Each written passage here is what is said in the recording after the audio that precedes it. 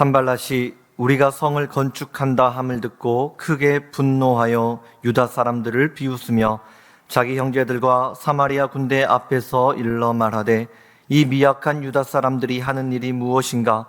스스로 견고하게 하려는가? 제사를 드리려는가? 하루의 일을 마치려는가? 불탄 돌을 흙무더기에서 다시 일으키려는가 하고 암몬 사람 도비아는 곁에 있다가 이르되 그들이 건축하는 돌 성벽은 여우가 올라가도 곧 무너지리라 하더라. 우리 하나님이여 들으시옵소서. 우리가 업심여김을 당하나이다. 원하건대 그들이 욕하는 것을 자기들의 머리에 돌리사 노략거리가 되어 이방에 사로잡히게 하시고 주 앞에서 그들의 악을 덮어주지 마시며 그들의 죄를 도말하지 마옵소서. 그들이 건축하는 자 앞에서 주를 노하시게 하였음이니이다 하고 이에 우리가 성을 건축하여 전부가 연결되고 높이가 절반에 이르렀으니 이는 백성이 마음 들여 일을 하였음이니라. 아멘. 무엇이 최고의 조직을 만드는가, 이런 책이 있습니다. 어떻게 성공하는 기업이 될 수 있는지 그 방법에 대해서 기술한 책입니다. 저 책에서 말하는 핵심은 기업과 직원이 하나가 되는 것에 있습니다. 이것을 위해 두 가지 조건을 이야기하는데요. 첫 번째는 기업의 목표가 직원들의 목표가 되어야 된다는 겁니다.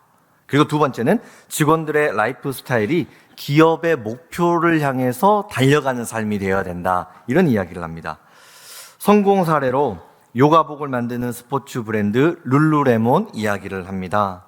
이 회사의 가치는 고객들의 건강한 라이프 스타일을 만드는 것에 있습니다.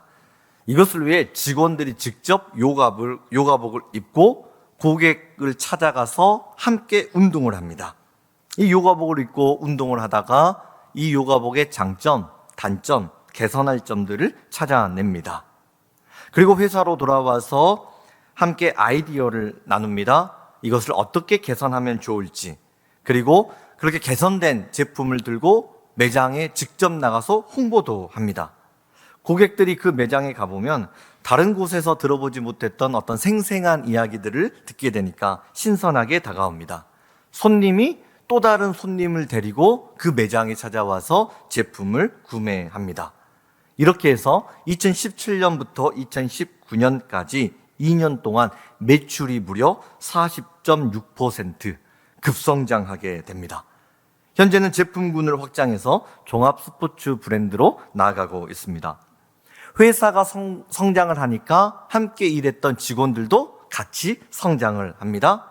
회사의 영향력이 커지자 직원들의 삶도 영향력을 넓히게 됩니다. 직원들의 삶이 건강한 라이프 스타일이 되면서 다양한 성공의 열매를 누리고 있습니다.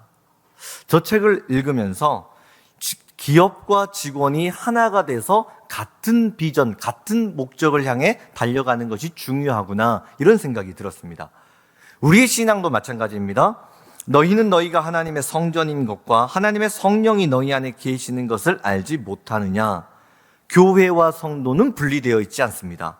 교회와 성도는 하나입니다. 우리는 주님의 몸 되신 교회와 하나된 공동체를 이루고 달려갑니다. 어떤 목표를 향해 교회는 달려갑니까? 사도행전 2장 46절. 날마다 마음을 같이하여 성전에 모이기를 힘쓰고 집에서 떡을 떼며 기쁨과 순전한 마음으로 음식을 먹고, 주일이 되면 성전에 모이고 주중이 되면 가정에 모입니다. 가정에 모였다는 것은 소그룹 활동을 했다는 것입니다. 구역 예배를 드렸다는 뜻입니다.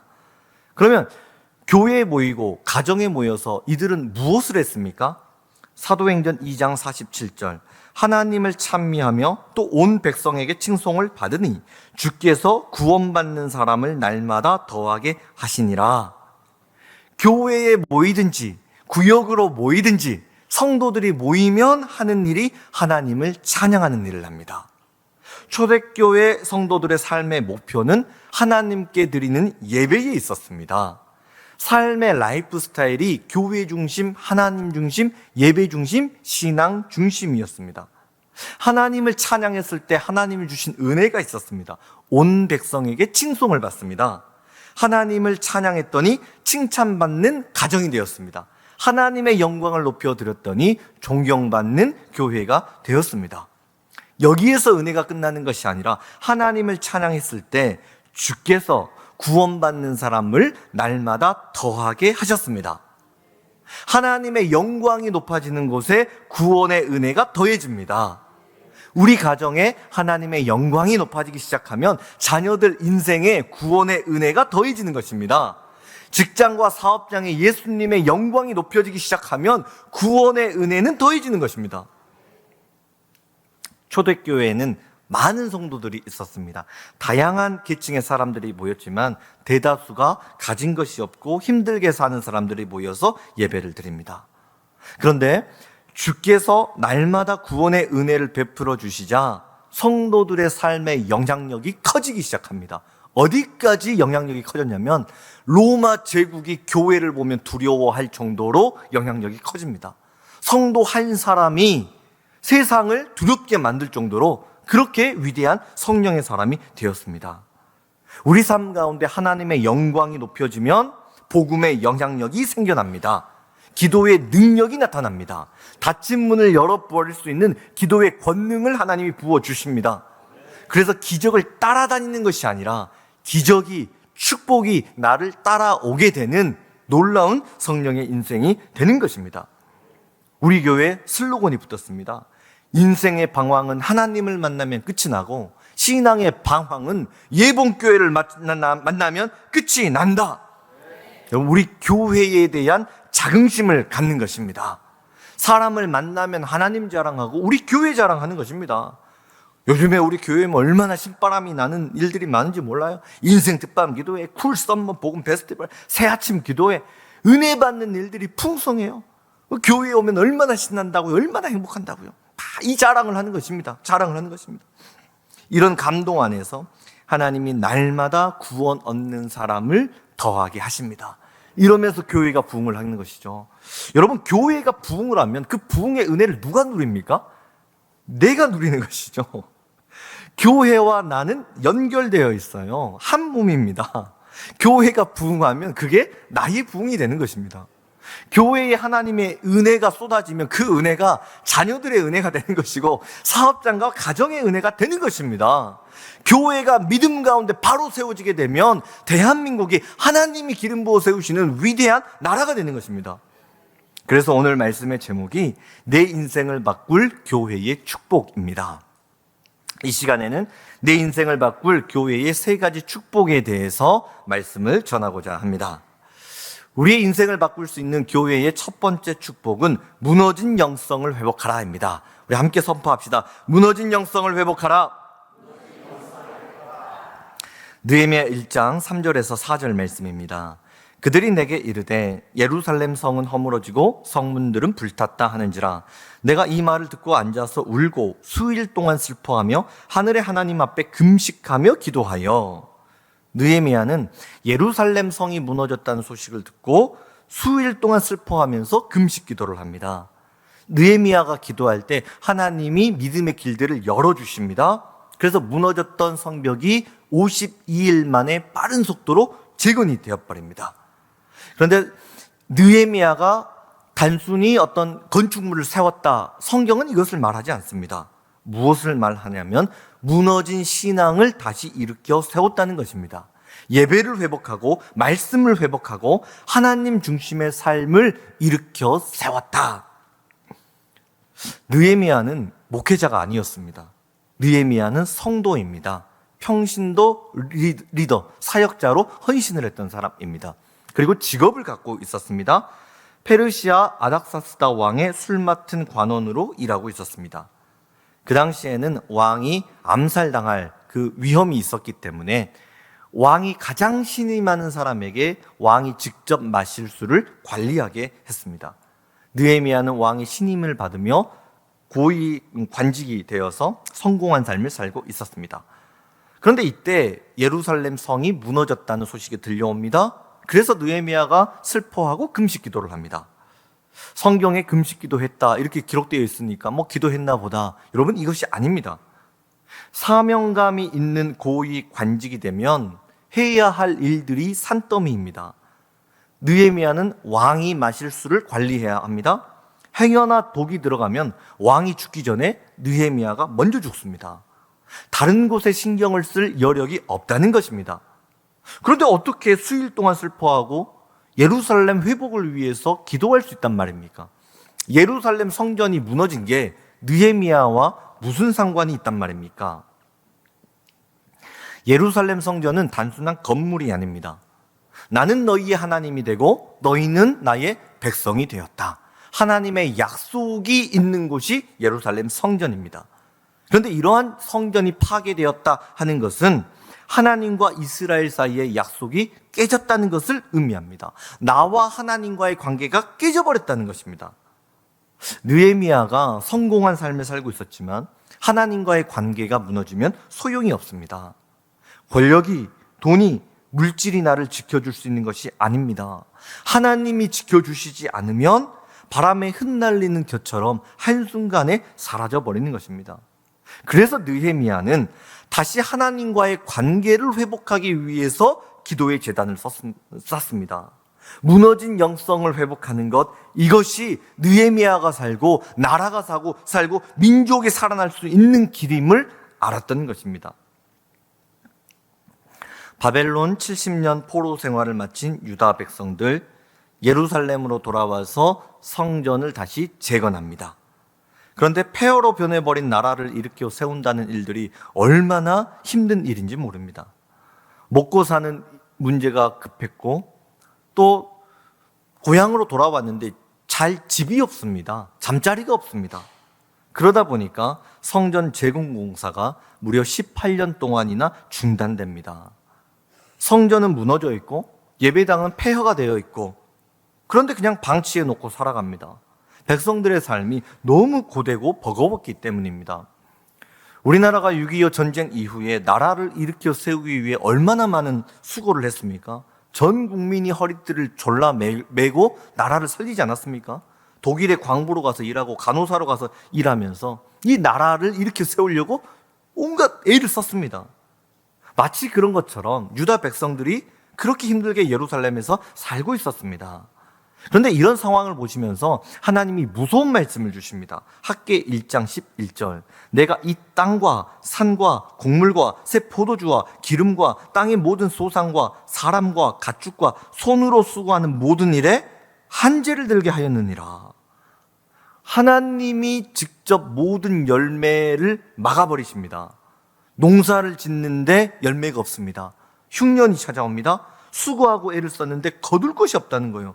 왜 그렇습니까? 하나님이 왜 다 열매를 막았습니까? 문제 해결의 출발점이 잘못되었기 때문에 그렇습니다. 열심히 일한다고 해서 가정을 살릴 수 있는 것이 아닙니다. 수고하고 땀 흘려 일을 한다고 해서 나라가 재건되는 것이 아닙니다. 하나님 중심의 신앙을 세우는 것이 우선입니다. 영적인 우선순위를 바로 해야 함을 주님은 말씀하고 계십니다. 현실의 삶이 너무 무겁고 고단해서 성전을 짓지 못한 것이 아니었습니다. 성전을 짓지 않았기 때문에 예배가 무너지고 하나님 중심의 삶이 무너졌기 때문에 인생에 어려움이 닥쳤다. 성경은 이야기합니다. 하나님이 우리 삶의 중심에 계시지 않으면 문제를 해결할 수 있는 능력 자체를 잃어버리게 됩니다. 모든 문제 해결의 근원은 하나님이십니다. 하나님이 길을 열어주십니다. 하나님이 계셔야 해결됩니다. 하나님을 만나면 다시 일어납니다. 이 영적인 우선순위를 지키는 것입니다.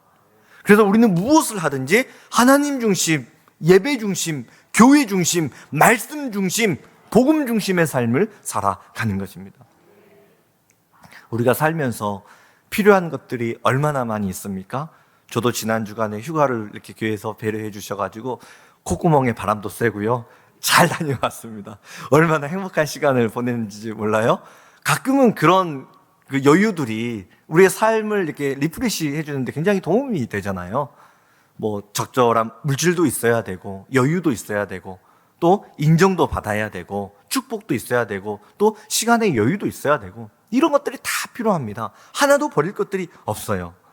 그런데 이 모든 축복을 주시는 분은 하나님이십니다. 하나님이 축복을 주십니다. 그리고 하나님 주신 축복, 믿음 안에서 주의 은혜를 누리는 사람이 가장 복된 사람입니다. 세계를 제패하고 세상의 모든 부와 권력을 가졌던 알렉산더 대왕이 마지막 이런 유언을 남깁니다. 관 양쪽에 구멍을 뚫어 내 손을 바깥으로 빼놓으라. 세상 모든 권세와 부귀 영화를 누렸던 알렉산더 대왕. 그런데 죽음 앞에서 가져갈 수 있는 것이 아무것도 없다는 이 사실을 후대들에게 전하기 위함이었습니다. 여러분, 저 사실을 죽기 직전에 깨닫게 되었으니까 얼마나 어리석은 사람입니까? 우리가 많은 것을 가지고 있지만 사실은 주님 앞에 갈 때 들고 갈 수 있는 것이 아무것도 없다는 것입니다. 하나님을 떠난 성공은 너무도 허망합니다. 요즘 우리를 위협하는 세상의 위기가 얼마나 매섭습니까? 치솟는 금리, 불안한 경제, 흔들리는 정치, 재유행하는 코로나 바이러스, 눈만 뜨면 우리를 위협하는 그 위기와 문제 속에 우리는 살아갑니다. 그러나 우리가 영적으로 봐야 되는 진정한 위기는 무엇입니까? 나와 하나님과의 관계가 깨진 것입니다. 사탄은 언제나 나와 하나님과의 관계를 분리시키려고 우리를 유혹합니다. 하나님 없는 가정생활, 하나님 계시지 않는 직장과 사업장, 하나님이 없는 나라의 정치, 그래서 수고하고 애를 쓰고 살아가지만 거둘 것 없는 허망한 인생이 되는 겁니다.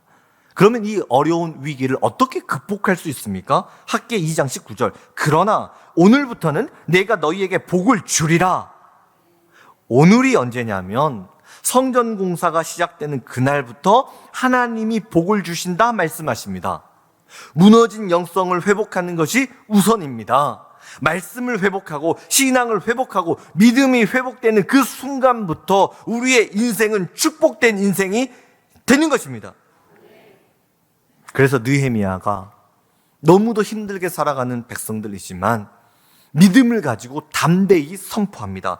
너희 형제와 자녀와 아내와 집을 위하여 싸우라. 형제와 아내와 자녀를 지키기 위해서 성벽을 재건해야 된다 선포하고 있습니다. 무너진 영성을 다시 일으켜 세우는 것입니다. 이것이 바로 자녀를 지키고 가정을 지키고 교회를 지키고 나라를 살리는 일입니다. 여러분, 건강이 무너졌습니까? 가정이 무너졌습니까? 물질이 막혀서 여러분 앞이 보이지 않습니까? 여러분, 예배를 회복해야 할 때입니다. 영성을 회복해야 할 때입니다. 기도의 날을 다시 한번 다듬어야 할 때입니다. 느헤미야가 무너진 영성을 일으켜 세우려고 할 때 하나님이 엄청난 기적을 허락해 주십니다. 성벽을 재건하려고 할 때 수많은 정치 방해 공작이 있기 때문에 공사를 할 수가 없습니다. 그런데 페르시아의 황제 아닥사스다 왕이 직접 왕의 조서를 내립니다. 성벽 재건을 누구도 방해하지 말 것을 명령을 합니다. 성벽 재건을 할 때 얼마나 많은 돈들이 필요합니까? 성벽 재건과 관련된 모든 후원은 왕궁에서 직접 조달할 것을 왕이 조서를 내리고 왕의 도장을 찍어서 약속을 해줍니다. 뿐만 아니라 왕에게는 친히 근위대가 있었습니다. 왕을 지키는 군대입니다. 그 왕의 군대를 느헤미야에게 붙여줘서 페르시아에서 예루살렘까지 돌아가는 그 길을 안전하게 지켜줍니다. 이러한 왕의 그 돌봄 안에서 무너졌던 성벽이 불과 52일 만에 빠른 속도로 완공되었습니다. 느헤미야에게 왕의 권세가 있었던 것처럼 우리에게는 하나님 자녀된 권세가 있습니다. 기도의 권세가 있습니다. 예배의 권세가 있습니다. 복음의 권세가 있습니다. 여러분, 우리의 삶이 다시 회복되고 교회가 부흥의 은혜를 누리기까지 많은 시간이 필요한 것이 아닙니다. 영적인 우선순위를 지키면 하나님이 우리 교회의 중심 되시고 예수님이 우리 삶의 주인이 되어 주시면 한순간에 역전의 승리는 펼쳐집니다. 지금은 무너진 영성을 다시 한번 일으켜 세워야 할 때입니다. 내 인생을 바꾸는 교회의 두 번째 축복은 하나님 앞에 내려놓으라입니다. 우리 함께 선포합시다. 하나님 앞에 내려놓으라. 우리 본문 1절입니다. 산발랏이 우리가 성을 건축한다 함을 듣고 크게 분노하여 유다 사람들을 비웃으며, 느헤미야가 성벽을 재건한다는 소문이 퍼지자 산발랏이 분노합니다. 산발랏은 사마리아의 총독입니다. 사마리아는 과거 북이스라엘의 수도였습니다. 그런데 느헤미야가 재건하는 예루살렘 성전은 남유다에 있습니다. 거리가 떨어져 있거든요. 그런데도 산발랏이 정치 권력을 가지고 예루살렘의 영향력을 행사하고 있습니다. 그런데 예루살렘 성벽이 재건되어 버리면 영향력을 행사하기가 어려워집니다. 그러면 산발랏의 정치적인 입지는 줄어들고 기득권 세력은 약해집니다. 결국 수익에 문제가 생깁니다. 그래서 분노하고 성벽 공사를 막습니다. 권력의 주도권을 쥐고 수익을 지키며 여전히 영향력을 행사하겠다는 것입니다. 여러분, 우리 교회 안에서도 이런 영적인 주도권을 하나님 앞에 내려놓는 일들이 중요합니다. 이 열정적인 성공주의에 감추어져 있는 인간의 추악한 욕심이 있습니다. 제가 한소망교회에서 사역을 하면서 류용모 목사님께 가끔 칭찬을 받을 때가 있습니다. 주일 저녁이면 전체 교직원이 모여서 회의를 합니다. 40명이 넘습니다. 그때 모여보면은 목회에 대해서 이렇게 날아다니는 선배 목사님들이 정말 어마어마합니다. 사역을 정말로 잘합니다. 그런데 그 모임에서 목사님이 저를 한번 칭찬을 해주신 적이 있어요. 이현일 목사를 보고 배워라. 저 열정, 저 준비, 본받아야 된다. 정말 분에 넘치는 칭찬을 해주신 거죠. 근데 그 칭찬 듣고요, 제가 일주일 동안 얼마나 행복했는지 몰라요. 자다가도 그냥 막 웃음이 새어나옵니다. 그렇게 막 칭찬을 해주시니까 제가 앞에서 겸손하게 인사를 했지요. 아닙니다, 아닙니다. 잘 지도해 주셔서 그렇습니다. 커피도 사고 밥도 사고. 근데 그 칭찬을, 그 겸손을 앞세우고 나서 제가 마음속으로는 어떤 생각했는 줄 아세요? 내가 이 정도 하는 사람이야. 이 정도 목회하면 어느 교회를 가든지 부흥을 못 시킬까? 제가 이런 생각을 의도적으로 하려고 해서 하는 것은 아닙니다. 그런데 하나님의 영광이 나타나는 순간에 제가 잠깐만 한눈을 팔아버리면 제 속에 있는 세상적인 어떤 그런 인정의 욕구들, 권력의 욕구들이 막 나와버린다는 거예요. 누가 나를 좀 알아줬으면 좋겠어요. 나를 인정해주고 내 이름을 막 높여줬으면 좋겠어요. 설교를 하고 나서 어떤 분이 와가지고, 와, 이현일 목사님 정말 은혜 받았습니다. 젊은 목사님 어쩜 이렇게 설교를 잘해요. 하루 종일 행복합니다. 하루 종일. 아, 역시 탁월한 영성. 근데 설교했는데 아무런 반응이 없을 때도 있지요. 그러면 힘이 쭉 빠져버려요. 그러면 기도하고 제 영성을 점검해 보면 됩니다. 위기를 영적인 지렛대로 삼아서 위대한 설교가가 되도록 기도하고 준비하면 됩니다. 그런데 자꾸만 다른 사람을 탓하고 싶어요. 나는 문제가 없는데 은혜를 받지 못하는 여러분 마음에 문제가 있다는 겁니다. 문제는 나한테 있는데 자꾸만 다른 사람을 지적하고 싶다는 거예요. 원망할 사람이 없으니까 미안하지만 아내한테 화를 내버립니다. 당신 남편이 설교를 했는데 은혜 받았다는 말도 안 해? 아, 힘을 주고 격려를 줘야지. 뭐 하고 있는 거야? 뭐 하고 있는 거야? 사탄이 빼앗으려고 하는 영적인 주도권들이 이런 것들입니다. 내 이름이 높아져야 됩니다. 교회가 나를 중심으로 돌아가야 됩니다. 여기에 마음 빼앗기면 망하는 겁니다. 나를 높이려고 하고 내 존재감을 드러내려고 하면 수고하고 애써온 모든 것이 한순간에 와르르 무너져 버립니다. 왜 교회에서 다툼이 발생합니까? 내가 이 정도 헌신했다. 그런데 왜 나를 인정해 주지 않느냐? 억울하다. 이것 아닙니까? 사역에서 그 사역하는 부서에서 존재감이 줄어들면 마음이 상합니다. 수고하고 헌신했는데 몰라주면 서운합니다. 내 이름이 자꾸만 지워지는 것 같으면 밤에 잠이 안 옵니다. 잠이 안 옵니다. 영적인 주도권 하나님 앞에 내려놓아야 됩니다. 내가 주도권 잡고 내 손으로 교회를 이리저리 움직이려고 하다 보면 다툼이 발생하고 모든 것이 엉망이 돼버립니다. 세례 요한에게는 한 가지 꿈이 있었습니다. 그는 흥하여야 하겠고 나는 쇠하여야 하리라. 예수님의 이름만 높아지고 자신의 이름은 사라지는 게 꿈이었습니다. 하나님의 영광만 높아지고 나의 존재감은 사라지는 게 꿈이었습니다. 세례 요한이 스스로 낮아졌을 때 예수님은 이렇게 말씀하셨습니다. 여자가 낳은 자 중에 세례 요한보다 큰 이가 일어남이 없도다. 주님의 영광만 높여드렸는데 예수님은 세례 요한을 가장 위대한 사람으로 일으켜 세우십니다. 내 존재감이 사라지는 것 때문에 왜 두려워하십니까? 누가 나를 알아주지 않는 것 때문에 왜 불안해하십니까? 예수님이 알아주십니다. 하나님이 높여주십니다. 성령님이 일으켜 세우십니다. 그는 흥하여야 하겠고 나는 쇠하여야 하리라. 제가 목사 안수를 받은 그날 저녁에 하나님 앞에 붙잡고 기도했던 말씀 구절입니다.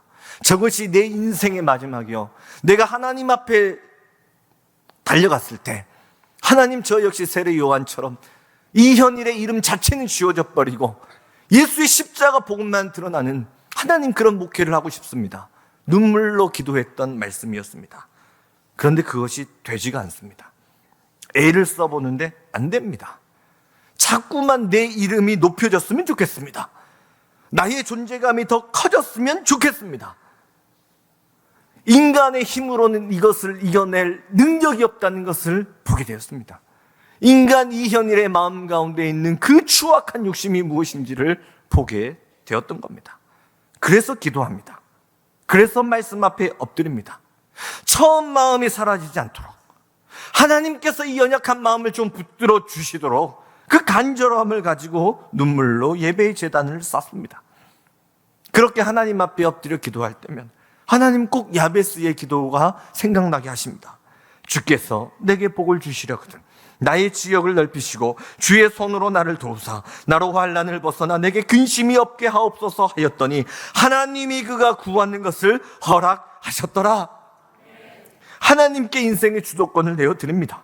하나님이 억울함을 벗겨주십시오. 근심을 가져가 주십시오. 나의 영적인 지역을 넓혀주십시오. 내 인생의 주인은 하나님이십니다. 주님께 모든 것을 내어드립니다. 그때에 하나님이 그가 구하는 것을 허락하셨더라. 힘들면 기도하십시오. 억울하면 기도하십시오. 분해서 잠이 오지 않으면 한 번 더 하나님 앞에 엎드려 기도하십시오. 그때에 하나님이 그가 구하는 것을 허락하셨더라. 하나님께 인생의 주도권을 내어드린 사람, 그 사람을 주님은 야베스처럼 존경받는 인생으로 일으켜 세우십니다. 하나님이 그 사람을 귀하다, 존귀하다, 땅에 있는 성도들은 나의 기쁨이요 즐거움이요 말씀해 주십니다. 하나님이 존귀케 하신 인생이 가장 위대한 인생입니다. 이제 마지막으로 내 인생을 바꿀 교회의 세 번째 축복은 하나님 자녀된 정체성을 회복하라입니다. 함께 선포합니다. 하나님 자녀된 정체성을 회복하라. 우리 한 번 더 본문 1절을 봅니다. 산발랏이 우리가 성을 건축한다 함을 듣고 크게 분노하여 유다 사람들을 비웃으며, 성경은 산발랏이 우리가 성을 건축한다는 소식을 들었다 기록합니다. 성벽을 재건하는 주체가 유다 백성들, 이렇게 규정을 합니다. 또 산발랏이 성벽을 건축하는 소식을 들었다 하거든요. 여기 듣다에 해당하는 히브리어는 샤마라고 하는 단어인데, 정보를 듣고 분석을 해서 공격 전략을 세웠다, 이런 뜻입니다. 공격 전략이 무엇이냐면 거짓된 정체성을 심어주어서 유다 백성들 스스로 포기하고 낙심하도록 만드는 이런 전략이었습니다. 그래서 산발랏이 본문 2절을 통해 공격을 합니다. 이 미약한 유다 사람들이 하는 일이 무엇인가?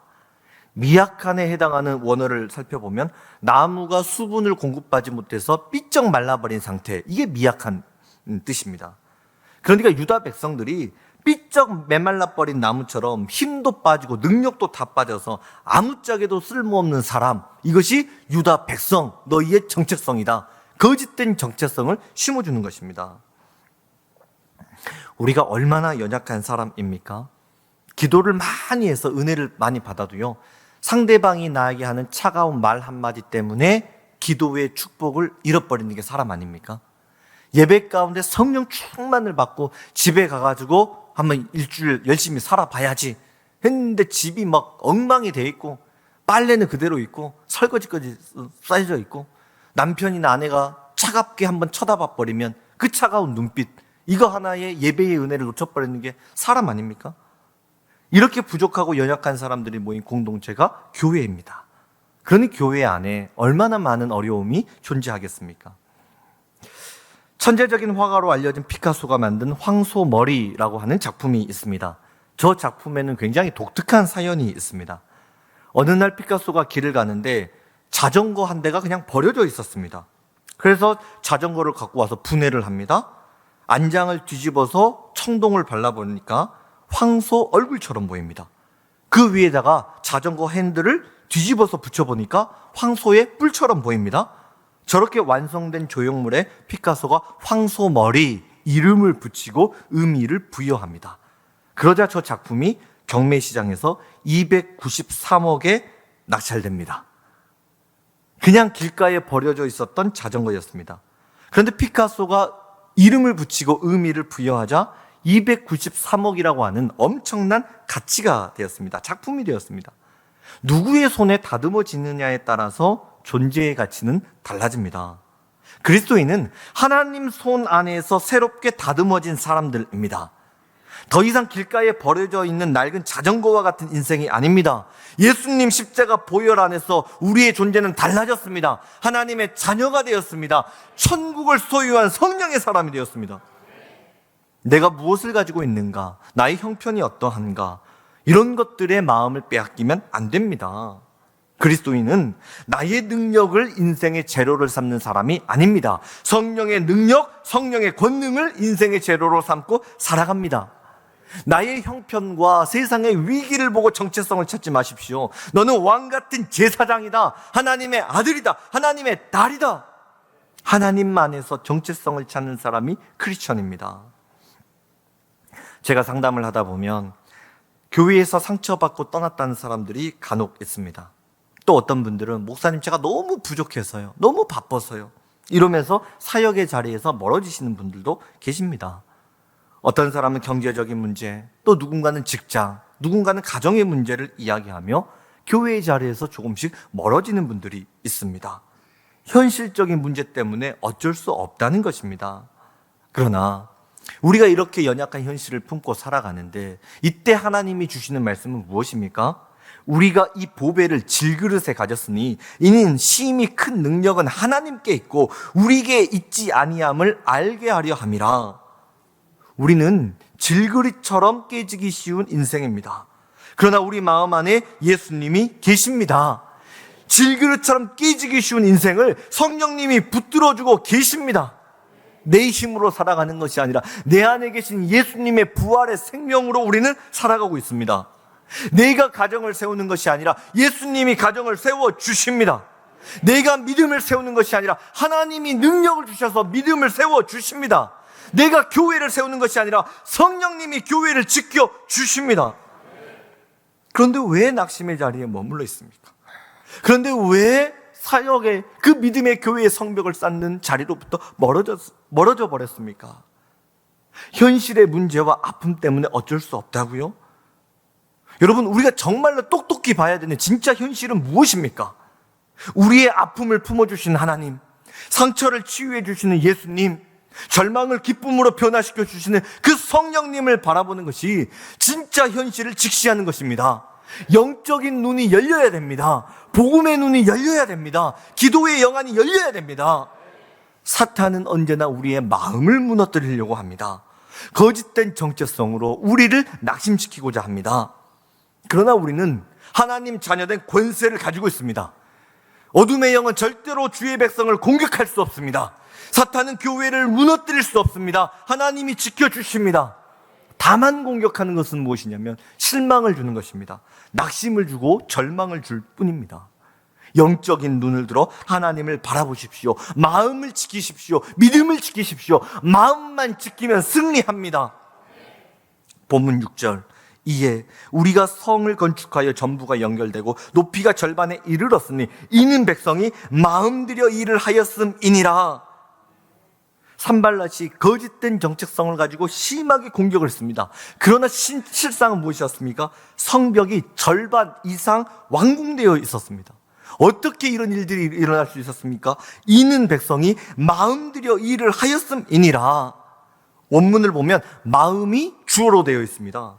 백성이 성벽을 일으켜 세웠던 것이 아닙니다. 하나님 주신 마음이 성벽을 일으켜 세웠습니다. 그래서 느헤미야는 세상의 조롱 가운데 기도합니다. 하나님 주신 거룩한 마음이 깨지지 않게 해주옵소서.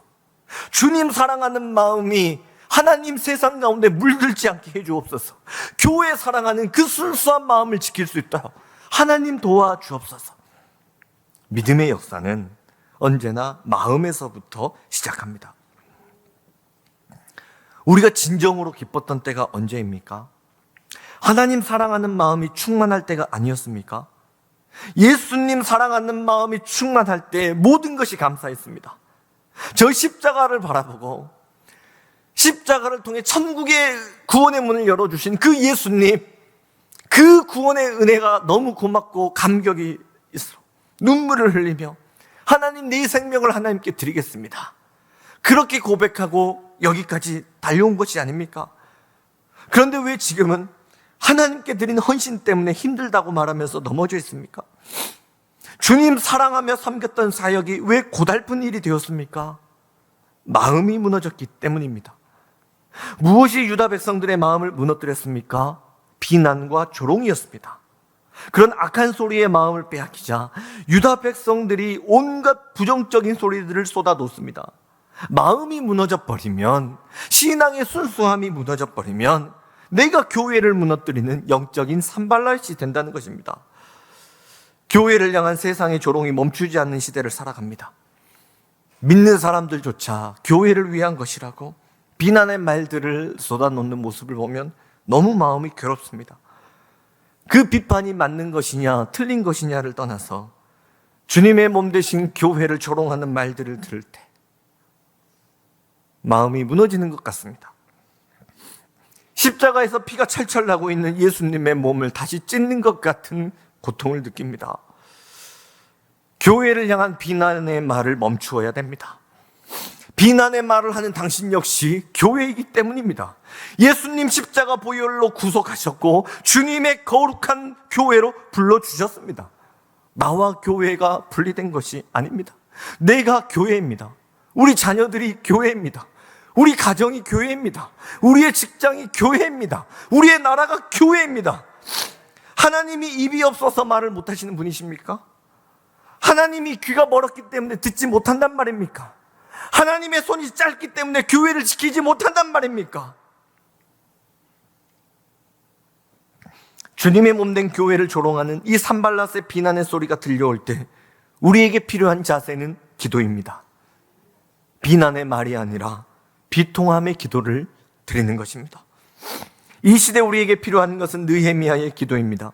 느헤미야는 마음을 지키고 위기 속에 하나님 앞에 기도합니다. 그때 하나님께서 느헤미야의 마음을 강하게 붙들어 주십니다. 세상과 타협하지 않도록, 하나님만 바라볼 수 있도록, 악하고 더러운 것들에 그 인생이 흔들리지 않도록 하나님은 느헤미야의 마음을 지켜 주셨습니다.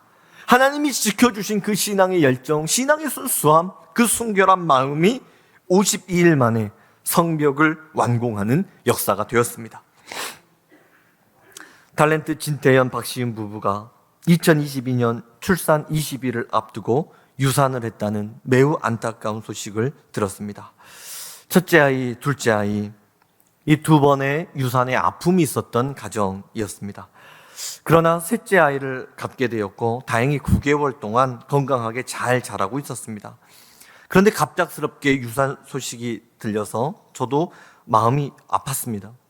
깊이를 가늠할 수 없는 슬픔 속에 진태현 씨가 입장문을 냈는데요. 제가 요약해서 읽어보겠습니다. 안녕하세요. 진태현입니다. 2022년 8월 16일 임신 마지막 달 화창한 정기 검진 날 우리 베이비 태연이가 아무 이유 없이 심장을 멈추었습니다. 3주만 잘 이겨냈다면 사랑스러운 얼굴을 마주할 수 있었을 텐데 정확히 20일 남기고 우리를 떠났습니다. 9개월 동안 아빠 엄마에게 희망을 주고 사랑을 주고 모든 것 다 주고 얼굴만 보여주지 않는 채 떠났습니다. 눈물이 멈추지 않지만 가족을 위해 일어서야 하니 조금만 더 울다 눈물을 멈추겠습니다. 많이 슬프지만 저보다 하나님 아버지가 놀아줄 생각을 하니 조금은 웃음이 나기도 합니다. 나중에 꼭 우리 태연이 하늘나라에서 아빠랑 같이 살았으면 좋겠습니다. 저는 하나님을 믿는 사람입니다. 우리 부부는 잘 회복하겠습니다. 우리 부부를 위해 기도해 주세요. 저희 가족은 세상을 자극적이거나 부정적으로 살지 않습니다. 한 가정의 남편이자 아빠로서 더 값지게 살겠다고 여러분께 약속합니다.